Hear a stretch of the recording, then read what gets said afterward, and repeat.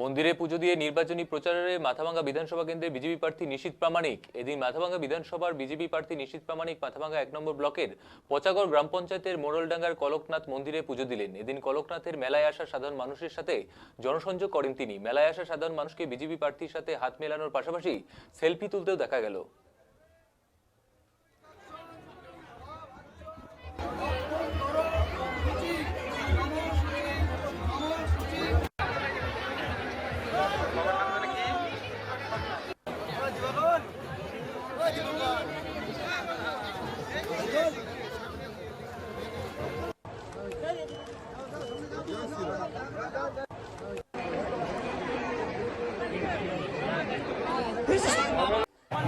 জয় শ্রীরাম।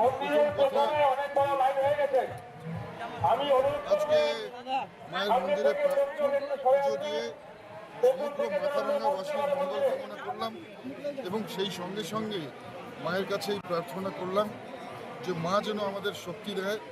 বাংলায় যে অসুরী শক্তি, অশুভ শক্তি এই বাংলাকে কলুষিত করেছে, যে বাংলাকে একেবারে বাংলার গরিমাকে নষ্ট করেছে, সেই অশুভ শক্তিকে যাতে বাংলা থেকে সরিয়ে বাংলায় নতুন সূর্যোদয় ঘটাতে পারি, বাংলায় এমন একটা পরিবেশ আমরা তৈরি করতে পারি যে পরিবেশে আগামী প্রজন্ম নির্দ্বিধায় বেড়ে উঠবে, কর্মসংস্থান হবে এবং বাংলার গরিমা আবার ফিরে আসবে।